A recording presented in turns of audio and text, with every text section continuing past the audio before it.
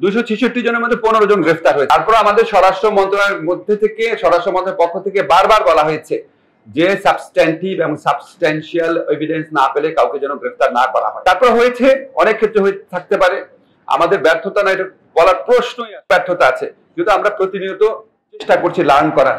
এবং আপনারা একটা বিপ্লবোত্তর পরিস্থিতিতে সমাজে যে অস্থিরতা, অনিয়ম, এক্সপেকটেশন, মাত্রাহীন স্বাধীনতা প্রয়োগের যে আপনার প্রবণতা, সেগুলি জিনিসটা একটু বিবেচনা রেখে আমরা কেন কোনো ক্ষেত্রে প্রত্যাশিত সেখানে আপনারা হয়তো একটু কনসিডারেট হতে পারবে। সংবাদপত্রের স্বাধীনতার ব্যাপারে অনেক কথা বলা হয়। আমি 1987 সন থেকে সাংবাদিকতা করেছি।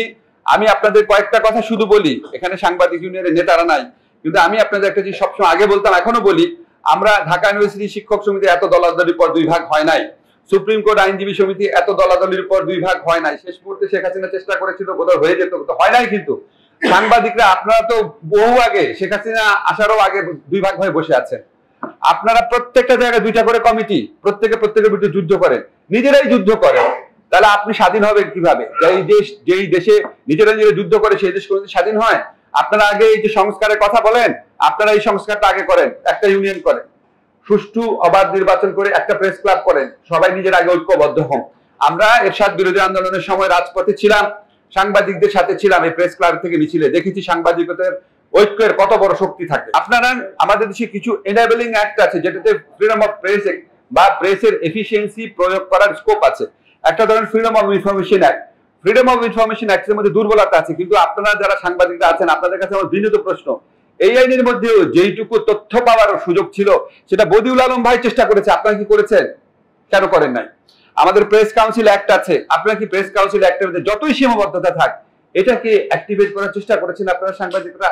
আমাদের সমস্যা আছে, আমি আপনাদের কথাগুলো বলছি, আপনারা এই জিনিসগুলো করেন, সাংবাদিকদের শক্তিমত্তা, সাংবাদিকতার ইন্ডিপেন্ডেন্স আরো অনেক বৃদ্ধি পাবে। আরেকটা জিনিস হচ্ছে আমাদের যে কোড অফ কন্ডাক্ট মানার ইয়েটা, আমার জানার মধ্যে বোধহয় প্রথম আলো, ডেইলি স্টার ছাড়া বাংলাদেশে কোনো পত্রিকায় কোড অফ কন্ডাক্ট নাই। কোড অফ কন্ডাক্ট এটা তো সেলফ রেগুলেশন, এটা পৃথিবীর সমস্ত বড় বড় পত্রিকা থাকে।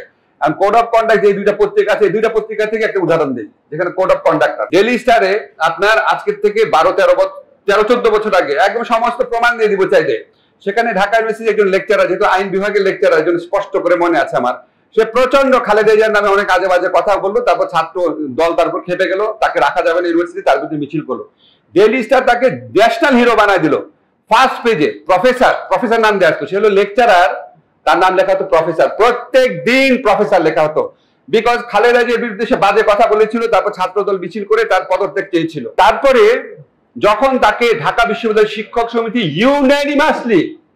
ইউনানিমাসলি প্রত্যেকে একত্রিত হয়ে যখন তাকে ঢাকা ইউনিভার্সিটি থেকে বের করে দিল, এই নিউজটা ডেইলি স্টার ছাপে নাই। আমি খুবই সরি, আমি এটা বলতে হচ্ছে, সে এত উন্মত্ত মানসিকতা ছিল, সে বছর কয়েক আগে আত্মহত্যা করেছে। এরকম একটা মানুষকে হিরো বানিয়েছে ডেইলি স্টার, কিন্তু তাকে যখন ঢাকা ইউনিভার্সিটি ক্লাব থেকে বের করে দেওয়া হচ্ছে, ঢাকা ইউনিভার্সিটি ক্লাবের ইতিহাসে প্রথম ইউনানিমাসলি বের করে দেওয়া হয়েছে, সেই নিউজটাই ডেইলি স্টার ছাপে নাই। জাতীয় বীর যে বানিয়ে ফেলেছিল, এটা হচ্ছে ডেইলি স্টার, একটা উদাহরণ দিলাম। আর হচ্ছে প্রথম আলো, যে পত্রিকা আমি নিজেই লিখি, প্রথম আলোতে আপনারা দেখবেন সুযোগ পেলেই কি আপনার জাফরুল্লাহ চৌধুরী হচ্ছে বিএনপি পন্থী।